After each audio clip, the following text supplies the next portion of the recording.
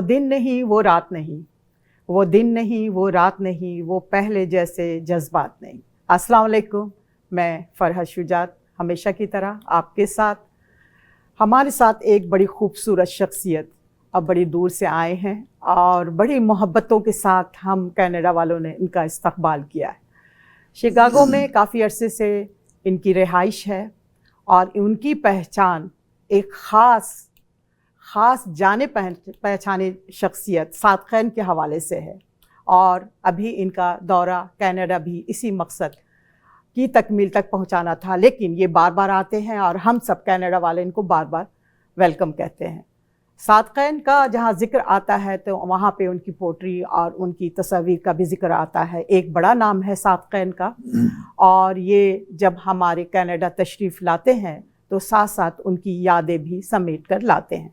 नाम है इनका रियाज़ नियाज़ी और बहुत खूबसूरत शख्सियत है इनकी। और जब मैं इनसे प्रोग्राम में मिली, सादक़ैन का एक बड़ा प्रोग्राम यहाँ पे तरतीब दिया उन्होंने और बहुत सारे लोग दूर से आए थे, लेकिन मैंने इनको उसी वक्त दावत दे दी कि आप हमारे स्टूडियो में तशरीफ़ लाएं, क्योंकि उनकी शख्सियत ऐसी थी। और मैं इनसे बात करूंगी, इनसे जानूंगी इनकी शख्सियत के बारे में, इनके काम के हवाले से बात करूंगी और ये भी जानूंगी कि सादक़ैन से मोहब्बत और इस कदर लगाव की क्या वजह थी जो यहाँ तक वो अपने साथ इतनी सारी तस्वीर के साथ यहाँ पर आए हैं। तो मैं जानूंगी इनसे और आप भी जानिएगा और मैं आपको वेलकम कहती हूँ। बहुत शुक्रिया।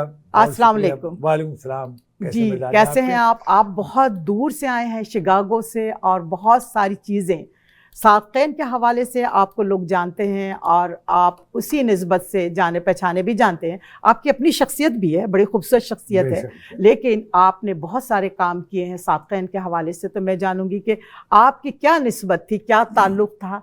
एक कहना चाहिए कि ख़ास मोहब्बत थी सादक़ैन से जो अपनी सारी पोट्रीज़ को लेकर के आप यहाँ पे आए हैं और यहाँ पे आपने इन लोगों को इंट्रोड्यूस कराया है, एक बड़ा प्रोग्राम आपने तरतीब दी है। आप बताइएगा अपने बारे में। बहुत शुक्रिया फरहत साहबा। अक्सर जब भी मैं सादक़ैन की नुमाइश के लिए कहीं जाता हूँ जी जी, तो पहला सवाल अक्सर यही पूछा जाता है कि सादक़ैन से आपकी क्या निस्बत। यहाँ मैं बता दूं कि सादक़ैन से मेरी कोई निस्बत नहीं, लेकिन बहुत बड़ी निस्बत है, मोहब्बत। हाँ, देखिए एक मसनवी ज़हर इश्क पढ़ी होगी आपने, उसका एक शेर हमेशा मैं कोट करता हूँ कि जिस मोहल्ले में था हमारा घर, वाह, 2 गली छोड़कर था उसका घर, वाह वाह वाह, और रोज उस घर में आना जाना था, हाय क्या लोग क्या जमाना था, वाह वाह वाह वाह। बहुत ये बात बता रहा हूँ मैं आपको सन 1963-64 की नाज़बाद नंबर 2 में जब सादक़ैन की रिहाइश सिप्तान मंजिल पे थी, एक गली छोड़कर चौथी पुलिया पे मेरे वालिद मरहूम अल्लामा नियाज़ फ़तेहपुरी का घर था, माशाअल्लाह। और उनके जो बड़े भाई थे काज़मैन नकवी साहब, जिनके बच्चे उस दिन जो प्रोग्राम में तशरीफ़ लाए थे डॉक्टर सलमान जी जी जी, और उनके छोटे भाई सुल्तान अहमद नकवी, वो हम लोग सब स्कूल में साथ के पढ़े हुए। वाह। तो उस घर में आना जाना था और इस तरीके से था कि जैसे उस घर के तमाम बच्चे सादक़ैन साहब को चचेजान कहते थे, तो हम लोग भी सब उनको चचेजान ही कहते थे। वाह। और आप यकीन कीजिए कि कई डिकेड्स लगे हैं ज़बान के ऊपर लफ्ज़ सादक़ैन कहने में। हाँ बिल्कुल। जिस घरानों से हम लोगों का ताल्लुक, घरों में बुजुर्गों के नाम नहीं लिए जाते, बेशक किसी न किसी रिश्ते से याद किया जाता है। तो जैसे मैंने कहा कई डिकेड लगे सादक़ैन को नाम सादक़ैन लेने में। ये निस्बत आपका ताल्लुक बचपन से, चूँकि था, आपने खुद बता दिया सारी चीज़ें, बहुत अच्छी तरीके से आपने एक्सप्लेन कर दिया कि बचपन से आना जाना था और ये मोहब्बत है। लेकिन बहुत सारे लोगों का ताल्लुक होता है बचपन से, लेकिन आपको कुछ ख़ास उनसियत थी उनसे। आप शिकागो से जब आए तो इतनी सारी उनकी पोट्रीज़, इतनी सारी तस्वीरें और ये कि यहाँ पे प्रोग्राम, तो पहली दफ़ा आप आए कनाडा? जी नहीं, कनाडा ये मेरी चौथी दफ़ा प्रेजेंटेशन है सादक़ैन की। वाह। कोई कोविड से पहले कोई इस्लामिक आर्ट का हुआ था और 2 साल कबल अशफाक हुसैन साहब ने एक तकरीब की थी और एक दफ़ा और मैं आ चुका हूँ। तो ये ग़ालिबन मेरी चौथी ट्रिप है। अच्छा, माशाअल्लाह। सादक़ैन से हवाले थे। वाह वाह। और अक्सर मैं सोचता हूँ कि मैं किसी दफ़ा कनाडा हूँ बगैर सामान ढोए सादक़ैन का, लेकिन इससे पहले कि मैं अपने अमल में कामयाब हूँ, कहीं ना कहीं से बुलावा आ जाता है मेरे पास। देखिए सादक़ैन का जब आपने जिक्र किया है तो मैं बताऊंगा, अक्सर लोग सादक़ैन को जो नहीं जानते उनके लिए मैं मुख्तसर, ये मेरा अपना शेर है कि नक्काश था, शायर था, मुसव्विर था सादक़ैन, वाह, और अल्फाज व मानी का सिकंदर था सादक़ैन। वाह वाह वाह वाह। और देखा है उस शख्स को इतने करीब से, मजदूर था, मजजूब व कलंदर था सादक़ैन। वाह वाह। और हकीकत है हाँ, कि वो एक मजजूबाना अंदाज में और कलंदराना अंदाज में जिंदगी उन्होंने बसर की। हाँ, बड़ी आजिज़ी के साथ, बहुत आजिज़ी के और साथ। ये सोचिए कि 15,000 से जायद उन्होंने पेंटिंग बनाई हैं, जिसमें murals, calligraphy, sketches, Iqbal, Ghalib, Faiz के अशार पे मबनी उनके कलाम की इंटरप्रिटेशन की। तो 15,000 से जायद तस्वीर बनाने वाला दुनिया का मशहूर मुसव्विर सादक़ैन 1930 अमरोहा में पैदा होते हैं। और 10 फरवरी 1987 को कराची में उनका इंतकाल होता है। गोया 57 साल की उम्र में, कम उम्री में फौत हुए सादक़ैन साहब। सादक़ैन कौन थे, क्या थे, अपना तारुफ खुद देखिए। अच्छा, ये बात बता दूं, सादक़ैन खुद शायर थे। अच्छा, बहुत लोगों को नहीं पता। हाँ, मुझे भी जिसका नहीं पता। मैं अभी आगे गुफ्तगू का मौका दिया, आपने कुछ बताऊंगा भी। हाँ। तो सादक़ैन अपना तारुफ देखिए कैसे कराते थे कि कहते थे, जो नक्श थे पामाल बनाए मैंने, वाह वाह, और फिर उलझे हुए बाल बनाए मैंने, वाह वाह वाह, और तख्लीक के कर्ब की जो खींची तस्वीर फिर अपने खदो खाल बनाए मैंने। वाह वाह वाह वाह वाह, बिल्कुल हकीकत। खदो खाल वाला शख्स, मजजूब और मजदूर मिजाज शख्स, अक्सर महफिल में या लोगों से बेतकल्लुफ़ी उसमें गुफ्तगू करते हुए कहते थे, मेरे को समझ में नहीं आता कि मैं यहाँ इस दुनिया में क्यों आया हूँ। अच्छा, किस मकसद से आया हूँ। वाह, जो काम कर रहा हूँ यही मेरा काम है या कुछ और करना था। हाँ। वो अपने अंदर से अपने आप को तलाश करते रहते थे। वाह। उन्हीं का एक रुबाई है, हस्ती के क़यूद से निकल कर देखूं, हाँ, आलम के हुदूद से निकल कर देखूं, वाह वाह, और इस फिक्र में रहता हूं कि आखिर क्यों कर हाँ, खुद अपने वजूद से निकल कर देखूं। वाह वाह। अच्छा, मुझे आज तक ये नहीं बात पता थी कि वाकई वो शायर भी थे। सादक़ैन के हवाले से बहुत सारी चीज़ें मुझे मालूम थी, लेकिन मेरी मालूमात में आज इजाफा हुआ कि वो एक अच्छे शायर भी थे। जबकि उनकी शायरी के हवाले से जब बात कर रही हूँ तो वाकई वो अच्छे शायर थे, यकीनन। मैं उसकी मतलब उनके मुस्तनद शायर होने के हवाले से सिर्फ एक जुमला कहूँगा। अभी डॉक्टर तकी आबदी साहब यहाँ के बड़े मुमताज़ दानिश्वर हैं, रिसर्च कर रहे हैं अदब पे। उन्होंने अभी एक तकरीब में जिक्र किया था कि अपने दौर और जहत में जोश में अलियाबादी के बाद रुबाइयात के हवाले से दूसरा बड़ा शायर सादक़ैन। वाह, 1700 रुबाइयात सादक़ैन की कही हुई मौजूद हैं। डॉक्टर फरमान फतेहपुरी, अहमदुद्दीन कासमी और दूसरे जो बड़े दानिश्वर हजरात हैं, उन्होंने सादक़ैन की रुबाइयात पे जब मुताला किया उन्होंने कहा, उर्दू ज़बान का खय्याम अगर कोई है तो वो सादक़ैन। वाह, आपने शादी का जिक्र किया तो मैं आपको यकीनन बहुत अच्छी बात सुनाऊंगा। बहुत अच्छी, क्योंकि जनाब आपका भी ताल्लुक़ एक अदबी घराने से है और आपके वालिद साहब का भी एक बड़ा नाम है, अल्लामा नियाज़ फतेहपुरी साहब। मैं बड़े एहतराम के साथ उनका नाम ले रही हूँ कि एक बड़ी शख्सियत और ख़ूबसूरत नाम, दुनिया में सब उनके नाम और उनके काम के हवाले से जाने पहचाने जाने वाली शख्सियत हैं। तो आप अपने वालिद साहब के बारे में थोड़ा सा बताएंगे कि क्या, कैसे, क्योंकि वो एक बड़ी शख्सियत थे, बड़ी शख्सियत थे। जी हाँ, यकीनन वो इस सदी की नहीं, हाँ जी, बल्कि पिछली सदी की शख्सियत थे। जी। 1884 में वो पैदा हुए थे जी, 1884 में। और वो जो ज़िला बाराबंकी है, वहाँ पे फतेहपुर एक फतेहपुर सिकरी जो आगरा के साथ है, एक फतेहपुर हसवा। अच्छा, तो फतेहपुर हसवा की उनकी वो पैदाइश थी। हाँ। और उसके बाद इब्तदाई तालीम वहीं पे जो फतेहपुर में स्कूल वगैरह में पढ़ने के बाद वो स्कूल में हेडमास्टर हुए थे। लेकिन चूंकि अदब का रुझान था, लिखने पढ़ने का शौक था, उनकी तहरीरें आस्ता आस्ता आना शुरू हो गई थी।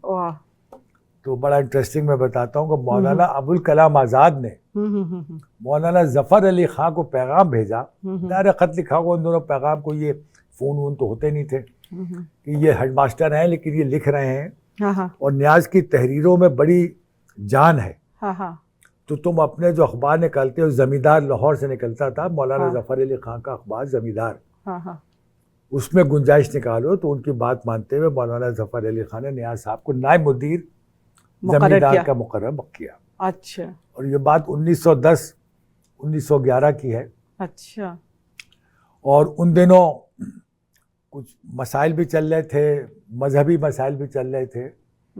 और एक वाक़या हुआ था, हालांकि मैं कभी मज़हब से वाबस्ता गुफ्तगू महफिलों में करता नहीं, लेकिन हुआ ये था कि शिया सुन्नी फसाद हो गए थे वहाँ लखनऊ में। अच्छा।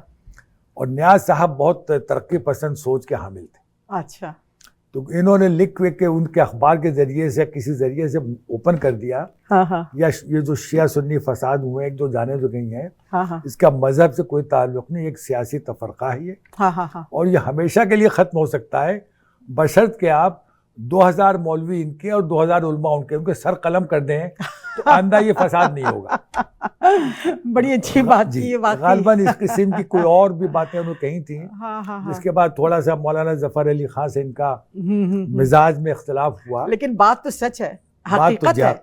जहाँ से फितना पैदा होता है, आप देखें, बोला तो नहीं चाहिए, लेकिन ये कि बात तो बिल्कुल हकीकत पसंदीगी थी, और ये कि बिल्कुल सच भी कि ऐसा ही होता है।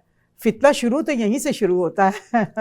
जब ये वहाँ जमींदार अखबार में तो आपको भी सर कुछ लिखने लिखाने का शुगल है, शायरी तो आप बात पे करते हैं, वो तो कुछ अदबी घराने से ताल्लुक है आपका, यकीनन आपको कुछ शेर होते हैं महीनों में। हाँ, होते और जिंदगी ढल गई मशीनों में। तो आपने किसको पढ़ा है, आपका पसंदीदा शायर? देखिए, जाहिर है अगर देखा जाए गालिब के बगैर आदमी जब तक पढ़े कोई ना कोई ज़हनी में इतना शऊर नहीं पैदा होता, लेकिन गालिब को पढ़ना भी कुछ आसान नहीं। भाई आप ना भी पढ़ें तो आपको टीचर पढ़ा देते हैं। हाँ हाँ, है ना। अगर आप ना भी पढ़ना चाहें तो आप ग्रेड 9 या 10 से, जैसे हम बैकग्राउंड की बात कर रहे हैं, तो वो तो उनका मजमून लाजमी आपको पढ़ना पड़ेगा, और वो तो जाहिर बड़े शायर थे। अच्छा, गालिब को आपने पढ़ा? गालिब को भी पढ़ा, मोमिन को भी पढ़ा, शौक के हद तक। हाँ हाँ हाँ। लेकिन अपने दौर अहद के जो मेरे 2-3 पसंदीदा शोरा हैं, हाँ हाँ, जिनका मैं अक्सर अपने सराहने किताब भी रखता हूँ, दिल चाहता है तो पढ़ता भी हूँ। हाँ हाँ हाँ। और उनमें जॉन एलिया। अच्छा, जॉन एलिया, इकबाल अजीम, और आपके उस्ताद कमर जलाली।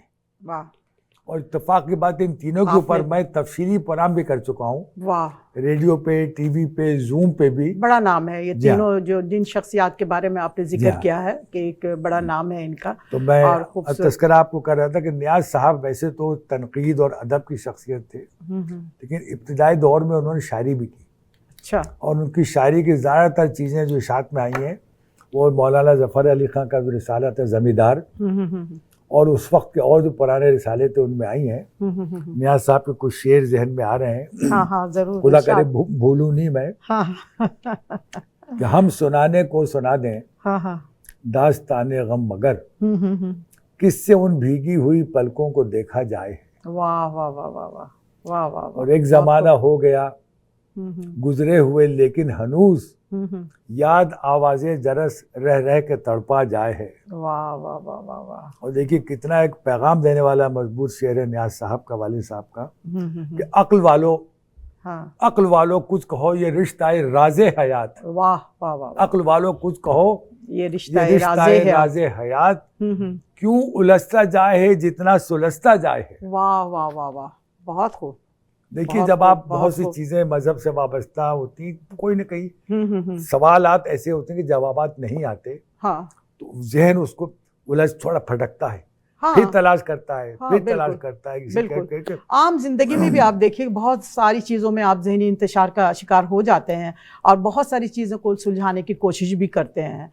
तो ये वाकई आपके, क्या कहूँ कि ये शायरी जो है बड़ा अच्छा याद आया कि मेरे और आके किताबें जिंदगानी हाय हाय, जैसे बिन देखे कोई उनको उलटता जाए। वाह वाह वाह, बड़ा खूबसूरत है जी। अब ये हाले दिल है जैसे रख के कांटों पे न्याज, रेशमी चादर को बेदर्दी से खींचा जाए। वाह वाह वाह वाह वाह। आप शिकागो में हैं सर, और आपने तकरीबन 16 से ज़्यादा तकरीबात मुनक्किद किए हैं शिकागो के अंदर, सिर्फ ये सादक़ीन के हवाले से। तो वहाँ के रहने वाले अपनी कम्युनिटी के लोग और ये दूसरे कम्युनिटी के लोग। तो आपको दूसरे मुल्कों में भी जाना हुआ इस सिलसिले में, या शिकागो में ही आपने ये सारी तकारीब? नहीं, देखिए मैं बाय प्रोफेशन इंजीनियर हूँ। रिटायर होने के बाद यहाँ के मैं सेटल हुआ, और सेटल होने के बाद जब बुढ़ापा तारी हुआ तो एक शेर में अक्सर ये जिक्र करता हूँ कि तुम जो कहते हो अंधेरों को संवारा जाए, फिर बताओ कि कहाँ वक्त गुजारा जाए। कहाँ वक्त गुजारा जाए, बिल्कुल। तो मैंने ये सातकैन गैलरी की ठानी और इसको तैयार किया। इस बात को किए हुए मुझे 10-15 साल हो चुके हैं। आज साथ जो मेरे पास डाटा था वो कलेक्ट किया, फैमिली मेंबर से लिया, तमाम चीज़ों को मैंने रिबिल्ड किया। वो करने के बाद अब शिकागो पर आम हुए, तकरीबन तमाम शहरों में, अमेरिका के बड़े शहरों में सातकैन को मैं ले जाके वहाँ आवेजा किया, उस पर गुफ्तगू की, कुछ इवेंट हुए, कुछ उनके ऊपर एग्जीबिशंस हुई। वाह। आपके पास जहाँ तक मेरी मालूमात है कि 250 से ज़्यादा पेंटिंग आपके पास हैं, तस्वीरें सातकैन के। उनको संभालना और उनको उनकी नुमाइश और ये कि वक्तन फ़क्तन उनकी हिफाजत करना इतने अरसे तक के, तो आपका ये जज्बा और आपकी ये मोहब्बत मैं समझ सकती हूँ यकीनन। और मैं जाती हूँ एक छोटे से ब्रेक की तरफ, वापस आती हूँ और इस सिलसिले को वहीं से जोड़ती हूँ। हमारी बड़ी खूबसूरत बातचीत हो रही है रियाज नियाज़ी साहब के साथ। आप कहीं मत जाइएगा, हम वापस आते हैं।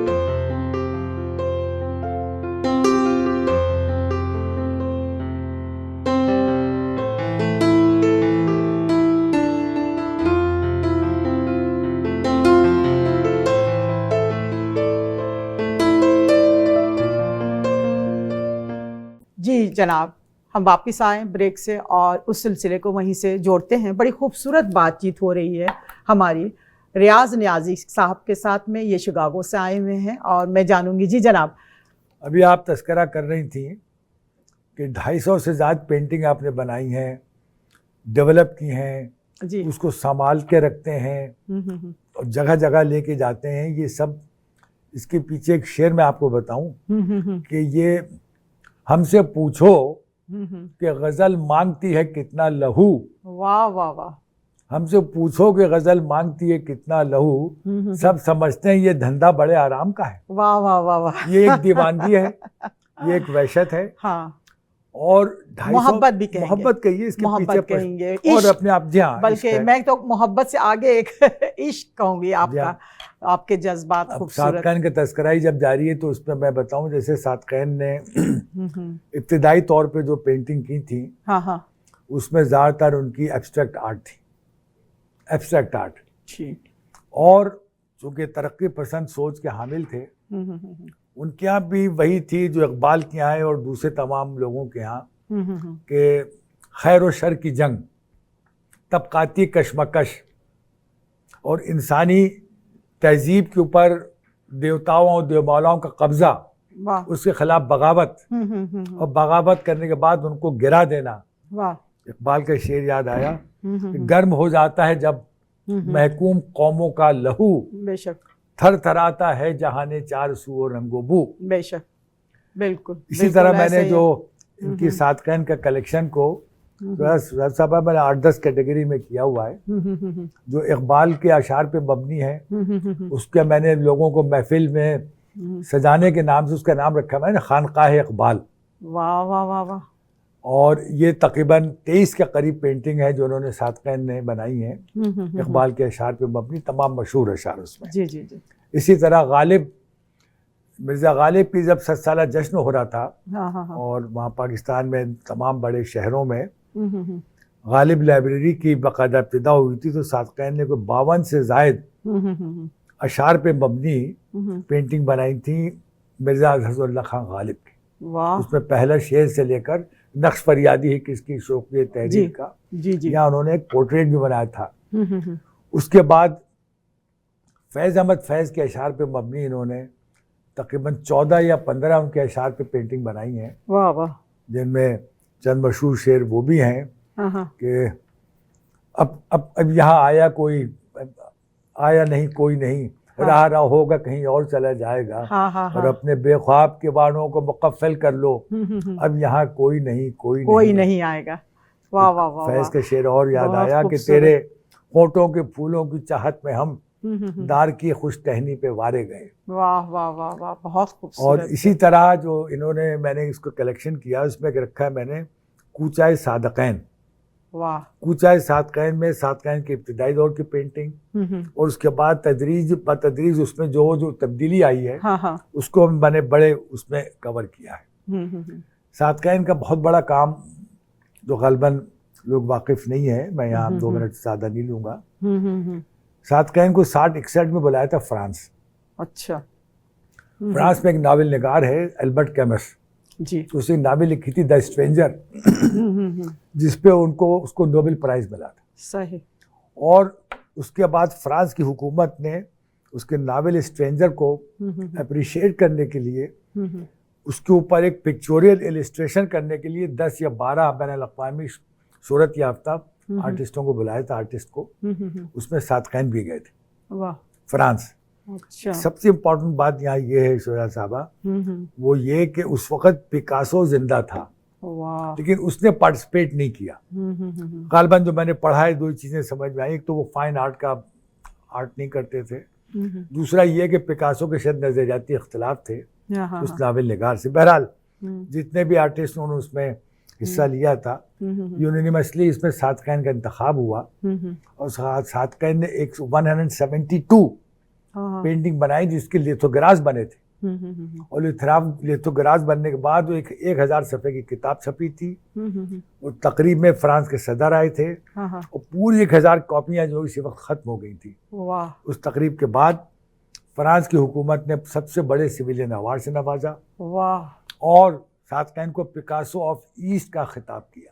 वाह वाह वाह वाह वाह। यही पिकासो ऑफ ईस्ट बहुत एजाज़ की बात है, बहुत एजाज़ की बात है। और मैंने जैसे पहले भी कहा कि मेरी मालूमात में भी इजाफा हो रहा है और ऐसी शख्सियत है आपकी कि बहुत सारी नई नई बातें मुझे अच्छी लग रही हैं। ये सब चीज़ें सुनकर और जानकर और अपने मालूमात में इजाफा होने का भी मुझे बड़ा फ़ख्र हो रहा है कि मैं ये सब। और एक नई बात आपने ये की कि सादकैन की बहुत कम उम्री में, कहूँगी मैं 57 साल की उम्र, 57 में, तो ये बात भी मुझे नहीं मालूम थी, क्योंकि अगर अभी वो होते तो मुझे लगता है कि कुछ और चीज़ें, कुछ और तस्वीरें, कुछ और की पैदाइश है उनकी 1930 की। जी जी। अब अगर और होते तो बहुत सारी चीजें और वक्त मिलता तो और वक्त मिलता और यकीनन बहुत अच्छी चीजें। दुनिया बनाने वाले ने उनकी जिंदगी में इतना वक्त रखा था, बिल्कुल, न जाने क्या उनके लिए बेहतरी इसमें। लेकिन इतनी शॉर्ट जिंदगी में भी देखा आपने, उन्होंने बहुत कुछ कर लिया, बहुत कुछ। कैलीग्राफी के हवाले से बताऊं, अक्सर लोग समझते हैं कि सादकैन कुरानी कैलीग्राफी के आर्टिस्ट। सादकैन ने कैलीग्राफी का काम शुरू किया बहुत बाद में, 66 में। अच्छा। जब फ्रांस से वापस आते हैं। अच्छा। फ्रांस से जब वापस आते हैं तो लाहौर में एक नुमाइश करते हैं जिसमें कुछ उरिया नक्श थे। उसको वहां के इंतहा पसंदों ने बम उड़ाया, आग लगा दी थी। अच्छा। उसके कुछ जले हुए नुस्खे मेरे पास मौजूद हैं, जो उस दिन मैंने नुमाइश के वक्त दिखाई भी थे लोगों को। वाह वाह वाह वाह। उससे सादकैन अंदर से सहम गया, डर गया। बिल्कुल, बेशक, चुप हो गया और उसके अंदर का मुसव्विर मर गया। वहीं से, उस मकाम से समझिए कि नक्काश, शायर और खत्तात ने जन्म लिया है। 1968 की पहली सादकैन की कुरानी आयत की खत्ताती बिस्मिल्लाह रहमान रहीम जो उन्होंने लिखी थी। और 86 में जो आखिरी उन्होंने बना रहे थे कुरानी आयत की खत्ताती, वो फरेरा हॉल की छत थी जिसका नाम था अल समावातुल अर्ज, जो मुकम्मल नहीं हो पाई और 10 फरवरी 1987 में उनका इंतकाल हुआ। इत्तेफाक से वो जो पेंटिंग है अल समावातुल अर्ज, उसके ऊपर डॉक्टर उमैमा हुसैन नकवी हैं, लाहौर से उनका ताल्लुक, उन्होंने इसके ऊपर एक PhD किया है एक पेंटिंग के ऊपर। वाह वाह वाह। इसी तरह सादकैन के बहुत से स्केचेस जो नवादरात थे सादकैन के नाम से मैंने बनाए, मेरे पास मौजूद हैं। कुछ साथ लेके आया हूँ, कुछ मेरे पास वहाँ शिकागो में है। अक्सर मैं यही कहता हूँ, जिसे देखनी हो जन्नत मेरे साथ साथ आए। वाह वाह। नहीं, मैं ये चाहूँगी कि मैं ये जब प्रोग्राम कर रही हूँ तो बीच में कुछ सादकैन के हवाले से बात हो रही है, कुछ उनकी तस्वीर, उनकी पेंटिंग, ये सारी चीज़ें अगर आपके पास हैं, मेरे पास में भी कुछ हैं, तस्वीर हैं उनकी, तो मैं दूंगी और कोशिश करूंगी कि इस प्रोग्राम में भी उसका कुछ हिस्सा डाला जाए और खूबसूरत प्रोग्राम लोगों के मालूमात में और देखने वालों के मालूमात में इजाफा भी होगा। आपसे बात हो रही थी सादक़ैन के हवाले से। मैंने जैसे पहले भी कहा था कि आपका ताल्लुक़ अदबी घराने से है, तो मैं मुख्तसर आपके बड़े भाई सरफराज नियाज़ी, मैं सही नाम ले रही हूँ सर? जी, डॉक्टर सरफराज जी, डॉक्टर सरफराज नियाज़ी, एक बड़ा नाम। तो शिकागो में इन्होंने भी अपना बड़ा नाम कमाया है और मैं ये जानकर बड़ी ही सरप्राइज हुई हूँ कि उन्होंने जो किताब लिखी है गालिब की शायरी पे, फ़ारसी पे उसका तर्जुमा किया उन्होंने, और ये एक बड़ा काम है। उसका जिक्र मैं ज़रूर करना चाहूँगी और बड़ी खूबसूरत शख्सियत उनकी भी है। मेरी चूँकि गायबाना उनसे मुलाकात हुई है और लोग जानते हैं उनके हवाले से, तो बहरहाल मैं इनसे मिलूंगी और उनका प्रोग्राम भी कराऊंगी इंशाल्लाह, और उनको वहाँ पे जहाँ पे वो रहते हैं उनके हवाले से और यहाँ कनाडा में अपने हवाले से पहचान भी कराऊंगी। मैं उनको बुलाऊंगी इंशाल्लाह ताला। मैं मुख्तसर जानना चाहूँगी आज उनके काम के हवाले से कि थोड़ा सा बताइए मुझे कि उन्होंने क्या किया। ये किताब जो लिखी उन्होंने, आपने कहा कि ऐसी किताब थी कि उसको उठाना भी मुश्किल था, तो मैं मुख्तसर जानना चाहूँगी कि बताइए कि क्या है। देखिए, डॉक्टर सरफराज नियाज़ी मुझसे 3 साल बड़े भाई हैं। अच्छा, सिर्फ 3 साल? जी हाँ, 3 साल। लेकिन काम तो उन्होंने बहुत किए। और मैं बाबंगे दोहल ये बात कहूँगा कि अगर नियाज़ साहब की अदबी औलादों में आते हैं तो वो आते हैं, मैं नहीं आता। मैं अपने आप दोनों आते हैं। मैं चलिए आप कहती तो ठीक ही कहती होंगी, मेरे अहबाब ने तहजीब न सीखी होगी। लेकिन मैं यही कह रही हूँ कि इनको मैं इंट्रोड्यूस जरूर करवाऊंगी इंशाअल्लाह ताला। नियाज़ साहब के अदबी औलादों में आते हैं डॉक्टर फरमान फतेहपुरी पे, वाकई जिन्होंने नियाज़ साहब के साथ खड़े होके नियाज़ साहब की चीज़ों से इस्तिफादा हासिल करके इतना काम किया है। और नियाज़ और निगार को जिंदा रखने वाले डॉक्टर फरमान, डॉक्टर सरफराज नियाज़ी जो मेरे बड़े भाई हैं, फार्मेसी की फील्ड से वाबस्ता हैं। जी जी। कराची यूनिवर्सिटी के गालिबन नहीं बल्कि यकीनन पहले जो बैच था फार्मेसी का, जी जी, उसमें इन्होंने किया था और डिटरमिनेंट थे कि यहाँ पे आके मास्टर्स और पीएचडी करना चाह रहे हैं। जी जी। तो यहाँ आए, उन्होंने मास्टर्स किया, यूनिवर्सिटी ऑफ इलिनॉय शिकागो से उन्होंने पीएचडी किया और करने के बाद बहुत सी किताबें लिखी, रिसर्च ओरिएंटेड, बहुत सी चीज़ें उन्होंने ईजाद की। वाह। क्योंकि क्रिएटिव माइंड है उनका। अक्सर वो, मैं उनसे जब मिलता हूँ मैं कहता हूँ भाई ये बताओ आप फैमिली है, बच्चे हैं, ये इनका वक्त कैसे निकालते हैं? हाँ, ये बात कहते रियाज वक्त टाइम को मैनेज करना एक बहुत बड़ी बात है। वक्त में ये सीखना पड़ेगा। हाँ। फिर मैं सिखाया, कहने कि इट्स टू लेट नाउ, जो तुम कर रहे हो करते रहो, अच्छा है। हाँ। काबिल जिक्र बात सरफराज की ये है कि जहाँ उसको वक्त मिलता है अपनी फील्ड से हटके कोई ना कोई रिसर्च ओरिएंटेड काम जबान का जरूर किया। आपने गालिब की वो तो जिक्र किया, उन्होंने बेदिल के ऊपर भी किताब लिखी है। अच्छा, अंग्रेजी। अच्छा, अंग्रेजी चूंकि उनकी जबान पे उनको बड़ी महारत है। कहते हैं वो शख्स को इस फन में महारत भी बहुत थी। वाह। तो अंग्रेजी जबान में उनको महारत है।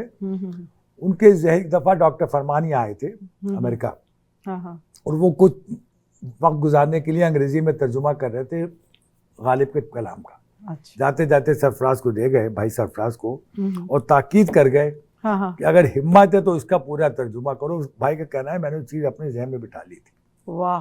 कई बरस लगे उनको। गालिब पर जो तमाम उर्दू का दीवान है उसका मुकम्मल उन्होंने अंग्रेजी में तर्जुमा, मानवी और ट्रांसलेशन, दोनों, खाली ट्रांसलेशन और मानवी भी नहीं सर। वो तो किताब आप बताते कि वो फारसी नहीं, पहले हमने उसका किया था ना, उर्दू कलाम का। अच्छा, पहले उर्दू कलाम का, फिर उसके बाद में, अच्छा, फिर बाद में फारसी। और उर्दू कलाम में ये हुआ जब उन्होंने तैयार की तो उनके सादक़ैन की स्केचेस मौजूद, सादक़ैन ने गालिब के, तो वो जो 52-53 गालिब के अशार पे, जब गालिब का वो वाला अशार आया नक्श फरियादी किसकी शौक की तहरीर का, तो साथ में सरफराज नियाज़ी का तर्जुमा और सादक़ैन की तस्वीर। वाह। तो वो गालिब का वो फोल्डर मेरे पास है जो बहुत ही नादिर और नायाब है, मैं लेके आया। वाह। बाद अज़ा उन्होंने जो गालिब का फारसी कलाम है, जो असल कलाम है, नियाज़ साहब का भी कहना था कि तुम लोगों ने अगर इकबाल और गालिब को पढ़ना है तो फारसी में पढ़ो।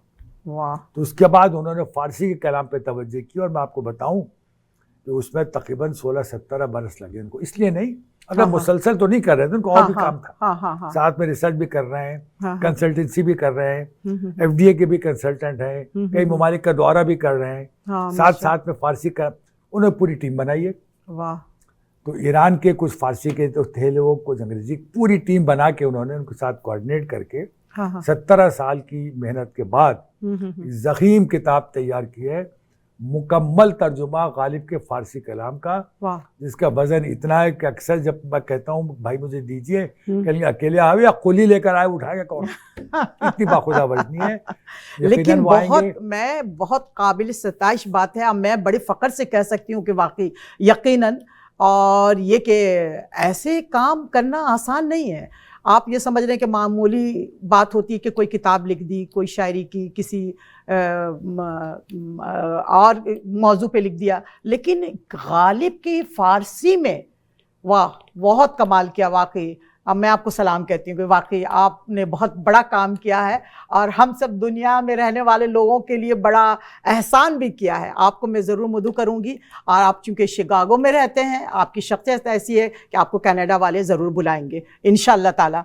और ये कि टाइम चूँकि बहुत कम होता है हमारा, तो मैं जल्दी जल्दी 1-2-4 सवाल मेरे जहन में है, मैं करना चाहूँगी कि तो ये सादक़ैन के हवाले से बहुत सारी चीज़ें बात हुई। अब ये बताइए मुख्तसर मुझे कि अभी कुछ काम हो रहा है सादक़ैन के हवाले से? जी हाँ, आप जैसे लोग हैं अभी फिर क्या हो रहा है? देखिए, सादक़ैन के हवाले से उनके जो बड़े भतीजे हैं सलमान अहमद नकवी, उन्होंने सादक़ैन फाउंडेशन बनाई पाकिस्तान में। जी नहीं, यहाँ पे सैंडियागो अमेरिका में। अच्छा, वो अमेरिका आ गए थे, ये PhD किया। जी जी। ये उन्होंने प्रोफेशनल लाइफ का अपनी जॉब गुजारा, और उसका रिटायरमेंट लेने के बाद जिंदगी अपनी वक्फ कर दी उन्होंने सादक़ैन के रिसर्च के ऊपर। कहाँ कहाँ काम था, वो तकरीबन 27-28 किताबें उन्होंने लिखी डॉक्टर सलमान अहमद ने। अच्छा। और पूरी दुनिया से डाटा कलेक्ट करके सादक़ैन का जहाँ जहाँ नाम, जहाँ जहाँ काम था, मुख्तलिफ किताबें उन्होंने उसकी छापी। वाह, जो डाटा प्रिजर्व हो गया। बहुत बड़ी बात है, बहुत बड़ी बात है, बहुत बड़ा काम है। और इसी तरीके से उन्होंने डॉक्टर सलमान ने खुद भी उनकी कुछ रुबाइयात का अंग्रेजी में तर्जुमा भी किया है। वाह। कुछ चीज़ें मैं लेकर आया हूँ, कुछ के यहाँ पे जगह नहीं थी, मैं उसको पूरी तरीके से इज़हार नहीं कर सका। नहीं, आपका प्रोग्राम सर बहुत कामयाब प्रोग्राम था, उस प्रोग्राम में मैं भी शामिल थी, और बड़े महज़ब किस्म के लोग, मैं कह सकते हैं कि अदबी लोग जो बड़े ज़ौक़ वाले, शौक़ वाले थे, वहाँ पे मौजूद थे।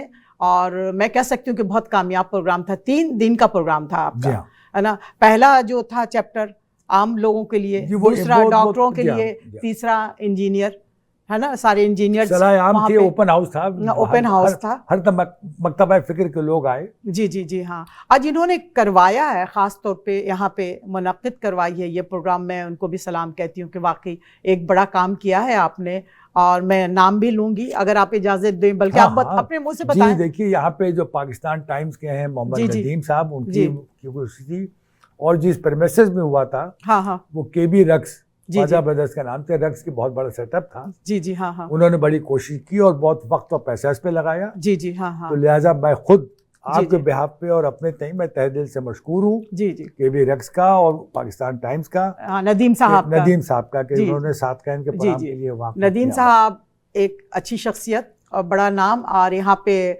हमारी कम्युनिटी की जानी पहचानी शख्सियत है।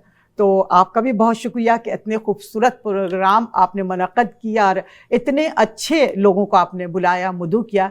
और ये कि आपसे इजाज़त चाहने से पहले मैं चाहूँगी कि मुख्तसर कोई थोड़ा सा, कोई एक अशार, कोई शेर जिससे आप अख्तिताम करें प्रोग्राम का। देखिए, अशार तो मैंने अपने भी बहुत कहे हैं, लेकिन जी, अगर अपने कहेंगे तो ज़्यादा अच्छा। चलिए, मैं 2 शेर सुना देता हूँ अगर आपके पास वक्त है। जी जी बिल्कुल बिल्कुल। एक बड़े मशहूर शायर गुजरे हैं, ख्वाजा अजीजुल हसन मजजूब जी। उनका एक शेर था, उस पर मैंने गिरा बांधी थी कि आज तो इस दिले कमबख्त की बन आई है। वाह वाह वाह। उस पर 2 शेर बस सुन लीजिए अगर आपके पास वक्त है। हाँ बिल्कुल बिल्कुल बिल्कुल। साथ में वो हैं, शबे माह है, तन्हाई है। वाह वाह वाह वाह। आज तो इस दिले कमबख्त की बनाई है। वाह, वाह, और उसने तो बात ना करने की कसम खाई है। वाह। आज क्यों उस बुते काफिर को हंसी आई है। बहुत शुक्रिया। बहुत खूब, बहुत अच्छी बातचीत रही हमारी रियाज नियाजी साहब के साथ। और इसके साथ ही मैं इजाज़त चाहूँगी, अगर आप हमारे प्रोग्राम के हवाले से, हमारे टीवी के हवाले से कोई बात करना चाहते हैं। यकीनन मैं कहना चाहूँगा कि जब तक इस किस्म की कोशिशों को कोई भी लोग हों, चाहे टीवी की तंजीम हो या रेडियो के है, इन लोगों को आप याद करते रहें। मैं तो हमेशा एक शेर आखिर में कहता हूँ कि अपने पुरखों की विरासत को संभालो वरना बेशक के बारिश में ये दीवार भी गिर जाएगी। मैं भी यही कहती हूँ। इसके साथ ही फरहत शुजात को इजाज़त दीजिए। देखते रहिए ई आवाज़ टीवी। हमेशा की तरह हफ्ते के दिन यानी सैटरडे को 8 बजे ये प्रोग्राम हमारा आता है और यूट्यूब पे भी आप देख सकते हैं ई आवाज़ टीवी फरहत शुजात। इसके साथ ही इजाज़त दीजिए। अल्लाह हाफिज़।